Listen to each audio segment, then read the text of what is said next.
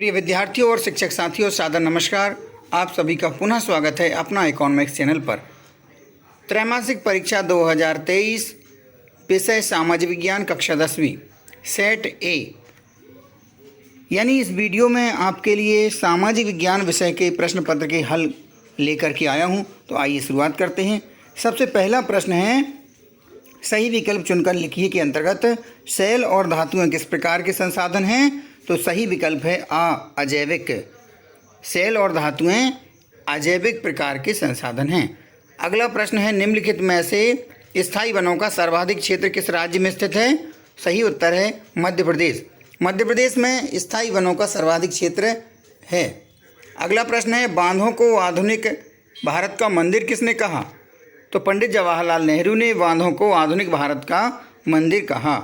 सही विकल्प है बा, जवाहरलाल नेहरू।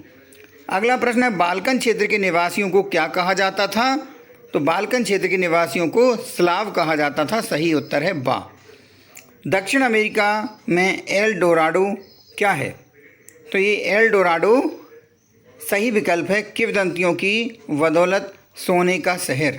दक्षिण अफ्रीका के एल डोराडो को सोने का शहर कहा जाता है। अगला प्रश्न है, एसडीआई का पूरा नाम क्या है।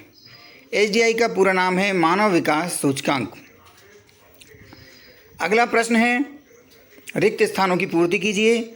सबसे पहला जो रिक्त स्थान है कि भारत में सघन वन क्षेत्र रिक्त स्थान प्रतिशत है। तो यहाँ पर हमें भरना है 12.2%, यानी भारत में सघन वन क्षेत्र 12.2% है। अगला प्रश्न है, सरदार सरोवर बांध रिक्त स्थान राज्य में है। तो सरदार सरोवर बांध गुजरात राज्य में है। अगला प्रश्न है, राष्ट्रवाद को चित्रों के माध्यम से दर्शाने वाला फ्रांसीसी कलाकार रिक्त स्थान है। तो ये कौन सा फ्रांसीसी कलाकार है। फ्रेडरिक सारियू। सही हमारा जिसमें रिक्त स्थान में भरेंगे फ्रेडरिक सारियू। अगला प्रश्न है, अंतर्राष्ट्रीय एजेंसी रिक्त स्थान अंतर्राष्ट्रीय एजेंसी मुक्त व्यापार की अनुमति देती है और देशों के बीच आपसी व्यापार पर काम करती है। तो यह है वर्ल्ड ट्रेड ऑर्गेनाइजेशन, यानी कि विश्व व्यापार संगठन।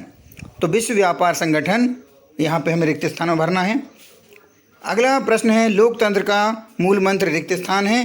तो लोकतंत्र का मूल मंत्र सत्ता की साझेदारी है। इस रिक्त स्थान में भरना है सत्ता की साझेदारी। रिक्त स्थान संगठन मानव विकास रिपोर्ट प्रकाशित करता है। सही उत्तर है यूएनडीपी, यानी संयुक्त राष्ट्र विकास कार्यक्रम। संयुक्त राष्ट्र विकास कार्यक्रम संगठन जो है वह मानव विकास रिपोर्ट प्रस्तुत करता है। तो यहाँ पर हमें रिक्त स्थान भरना है यूएनडीपी। अगला प्रश्न है, निम्नलिखित प्रश्नों के उत्तर सत्य असत्य में बताना है। तो 19वीं सदी में मध्य में इटली 19वीं सदी के मध्य में इटली 10 राज्यों में बटा था। यह कथन असत्य है। अगला प्रश्न है, श्रीलंका में 1956 में बौद्ध धर्म को अपनाया गया एवं शासकीय धर्म घोषित किया गया। यह कथन भी असत्य है। अगला प्रश्न है, सर्वोच्च न्यायालय के न्यायाधीशों की नियुक्ति राष्ट्रपति करता है। यह कथन सत्य है। जीडीपी का पूरा नाम सकल घरेलू उत्पाद कहलाता है। यह कथन भी सत्य है। अगला प्रश्न है, देश की प्रति व्यक्ति आय की गणना जनसंख्या के आधार पर की जाती है। तो यह कथन भी सत्य है। अगला प्रश्न है, स्थिर आय नहीं होने से काम के अवसर में कमी होती है। यह कथन सत्य है।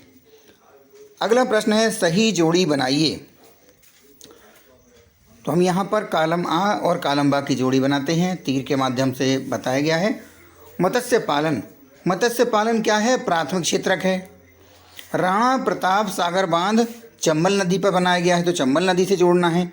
हीराकुंड बांध महानदी पर बनाया गया है। तो इसे महानदी से जोड़ना है। विमुद्रीकरण सन 2016 ईस्वी में अपनाया गया। रॉलेट एक्ट सन 1919 में भारत आया। और अंतिम जो कॉलम जोड़ी है, उद्योग कारखाना द्वितीयक क्षेत्रक से हमें मिलाना है। इस प्रकार से सही जोड़ी हमने मिला ली है। अब अगला प्रश्न है, निम्नलिखित प्रश्नों के उत्तर एक शब्द या एक वाक्य में बताना है। पहला प्रश्न है, वियना की संधि कब और किसके बीच हुई थी। तो वियना की संधि 1815 में रूस, ऑस्ट्रिया, प्रसा और इंग्लैंड के बीच हुई थी। वियना की संधि कब हुई थी, 1815 ईस्वी में हुई थी। रूस, ऑस्ट्रिया, प्रसा और इंग्लैंड के बीच हुई थी। पूर्ण स्वतंत्रता का प्रस्ताव कब पारित हुआ था? तो सन 1929 के लाहौर अधिवेशन में पूर्ण स्वतंत्रता का प्रस्ताव पारित हुआ था। अगला प्रश्न है G77 क्या है? तो G77 विश्व के विकासशील देशों का समूह है। विश्व के विकासशील देशों का एक समूह है जिसे हम G77 के नाम से जानते हैं। अगला प्रश्न है लोकतांत्रिक सत्ता में शासन के अंग कौन कौन से हैं? तो लोकतांत्रिक सत्ता में शासन के अंग होते हैं विधायिका, कार्यपालिका और न्यायपालिका। अगला प्रश्न प्लास्टिक मनी क्या है? तो प्लास्टिक मनी विभिन्न बैंकों द्वारा जारी किए जाने वाले डेबिट क्रेडिट कार्ड को कहते हैं, यानी जो ATM कार्ड होते हैं वह भी प्लास्टिक मनी के अंतर्गत आते हैं, क्योंकि प्लास्टिक मनी जो रहती है वह प्लास्टिक की बनी होती है। अगला प्रश्न है कृषि क्षेत्र में कौन सी बेरोजगारी पाई जाती है? तो कृषि क्षेत्र में प्रच्छन्न बेरोजगारी, अदृश्य बेरोजगारी या छिपी बेरोजगारी पाई जाती है। तो इनमें से कोई सा भी यदि आपने लिखा है, प्रच्छन्न बेरोजगारी लिखा है तब भी सही है, अदृश्य बेरोजगारी लिख के आए हैं तब भी सही है, या छिपी बेरोजगारी लिख करके आए हैं तब भी सही है। अब प्रश्न क्रमांक 6 से जो हमारे प्रश्न हैं इनमें आंतरिक विकल्प दिए हैं, यानी इन 2 प्रश्नों में से किसी एक प्रश्न को हल करना था। इस प्रकार से मैंने आपको आज के इस वीडियो में वस्तुनिष्ठ प्रश्नों से अवगत करा दिया है। यदि आपको यह सेट नहीं मिल पाया है तो आप आगे के प्रश्न भी इस सेट के माध्यम से वीडियो को रोक करके नोट कर सकते हैं, देख सकते हैं। आशा करता हूँ वीडियो अच्छा लगा होगा, जानकारी अच्छी लगी है तो वीडियो को ज़रूर लाइक करें, अपने मित्रों को शेयर करें ताकि वह भी इन प्रश्नों के उत्तर से लाभान्वित हो जाएं। आप सबने वीडियो को देखा, आप सभी का बहुत बहुत धन्यवाद।